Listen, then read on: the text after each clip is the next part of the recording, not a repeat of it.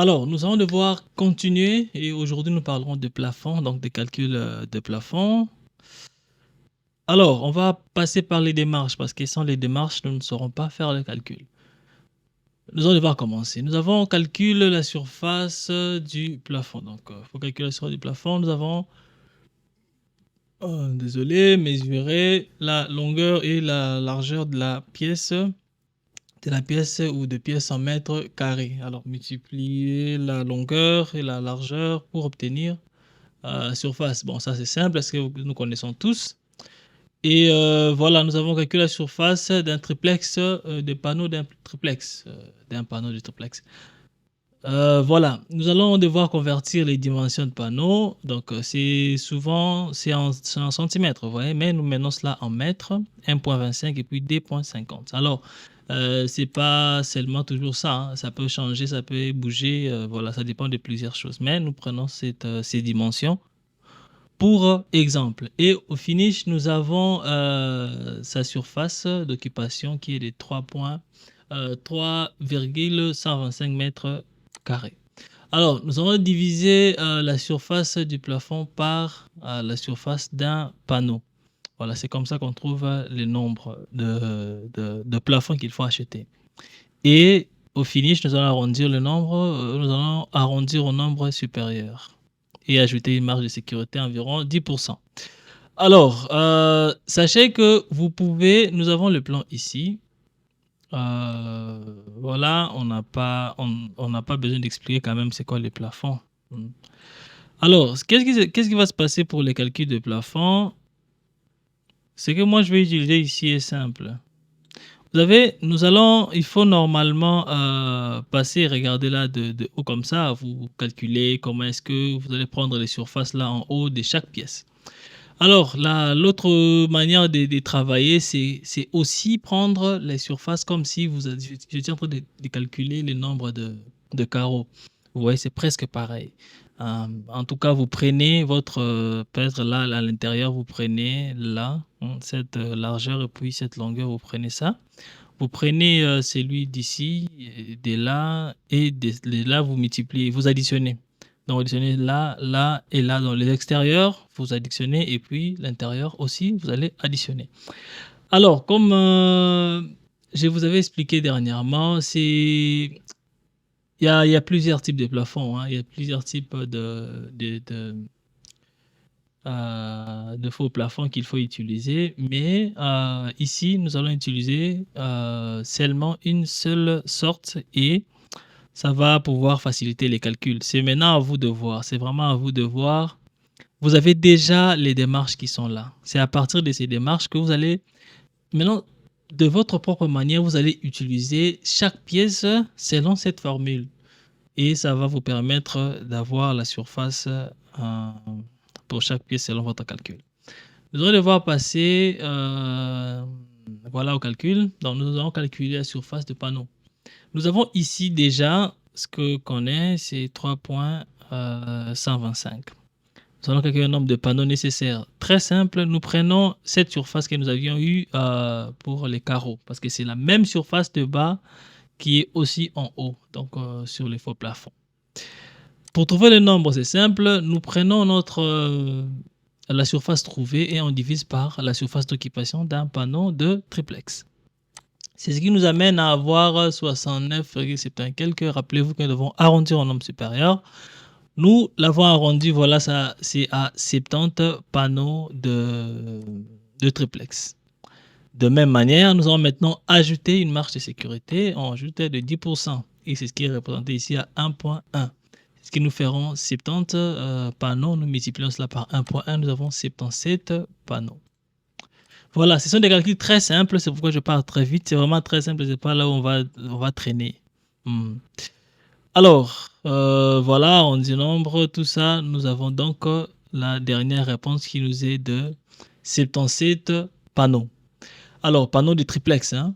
Ce que nous allons faire maintenant, c'est trouver le nombre de bois qu'il faut utiliser afin de faire le gîtage et puis tout pour mettre le plafond. Alors, nous allons donc devoir passer sur jutage en bois. Voilà, la conclusion là, c'est simple, hein, pour une surface de 218, environ 77 panneaux. Et puis voilà, on arrondit, on inclut le fait d'arrondir à 10%. Là, c'est pas grave, c'est juste une conclusion. Alors, gitage en bois. Nous avons dimension de pièce, nous avons longueur qui est de 14 mètres, puis la largeur qui est de 12 mètres. Alors, longueur 14 mètres, et puis 12, c'est comment? Vous voyez ici, nous sommes à 13,30 et quelques, vous voyez, non? Alors, on tire ça à 14 directement. Et puis, les 12, c'est, vous voyez, 11 et quelques, nous tirons ça directement à 12. C'est que vous allez comprendre qu'on a pris là et ici. Vous voyez? Et cette forme, je vais essayer de faire... Sachez que lorsque nous allons faire...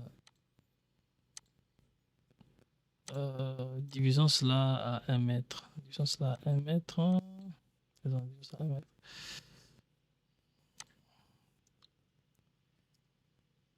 Ok. Voilà, ça sera comme ça. L'emplacement de gitage là. Vous voyez? C'est un exemple. Hein?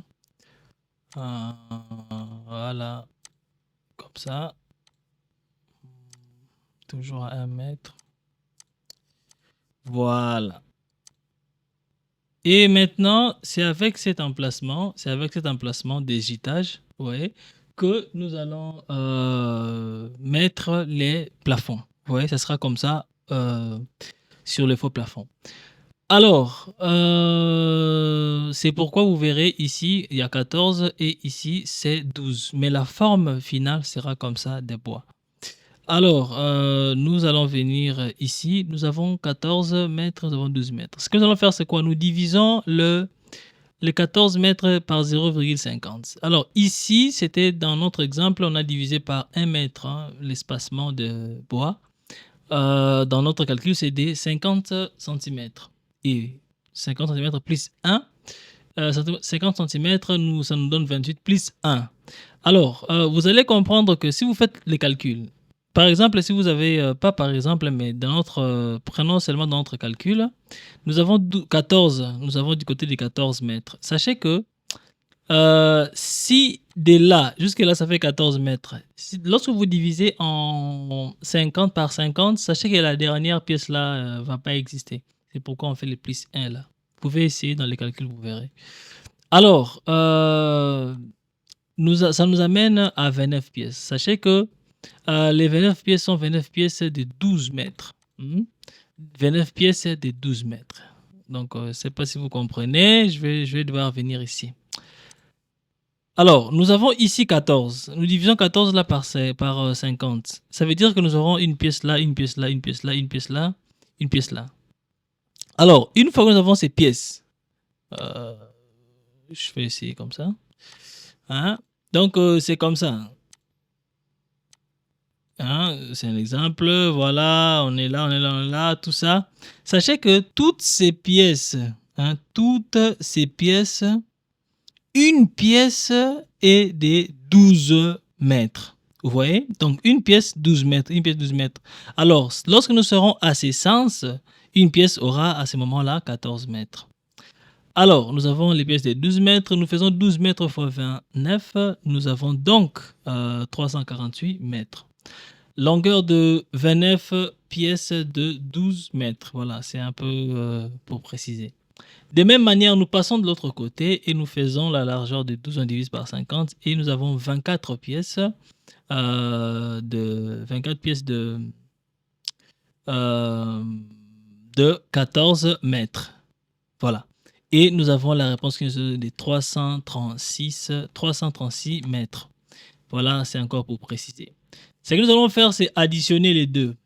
Une fois additionné, nous avons 384 mètres de chevron. Ça veut dire que la longueur totale, si on met ça dans une seule ligne, le tout, nous aurons 384 mètres.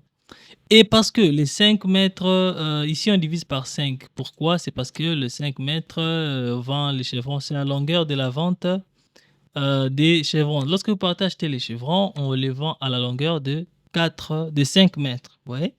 Alors, ce n'est pas que partout c'est comme ça, toujours à 5 mètres, mais là où moi je suis, c'est à 5 mètres et la plupart c'est comme ça. C'est pour cela qu'on a pris ces choix. Donc ça peut être à 3 mètres, à 6, à 12, on ne sait pas. Ça dépend des régions. Et après cela, nous allons sûrement avoir, cette réponse qui est des 138,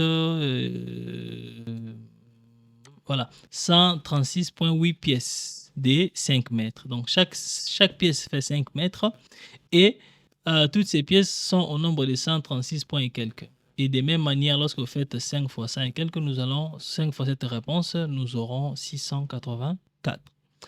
Et nous amenons cela à 137 pièces pour que, voilà, c'est ça, on ne va pas acheter 136,8 pièces. Et au final, nous divisons par 40. Alors, sachez qu'une tonne fait 40 pièces. Hein. Une tonne de chevrons, ça fait 40 pièces. Vous voyez, alors, vu que ça fait 40 pièces, nous avons donc à acheter des points 4, donc acheter des tonnes et demi. Voilà, des tonnes et demi, c'est ce qui va nous donner 137 pièces. Voilà.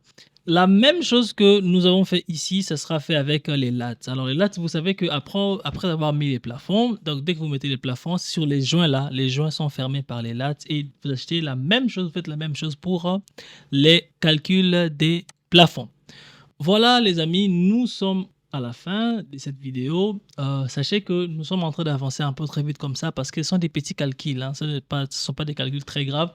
Mais en cas de quoi, lorsque vous avez des difficultés, il faut toujours mettre aux commentaires.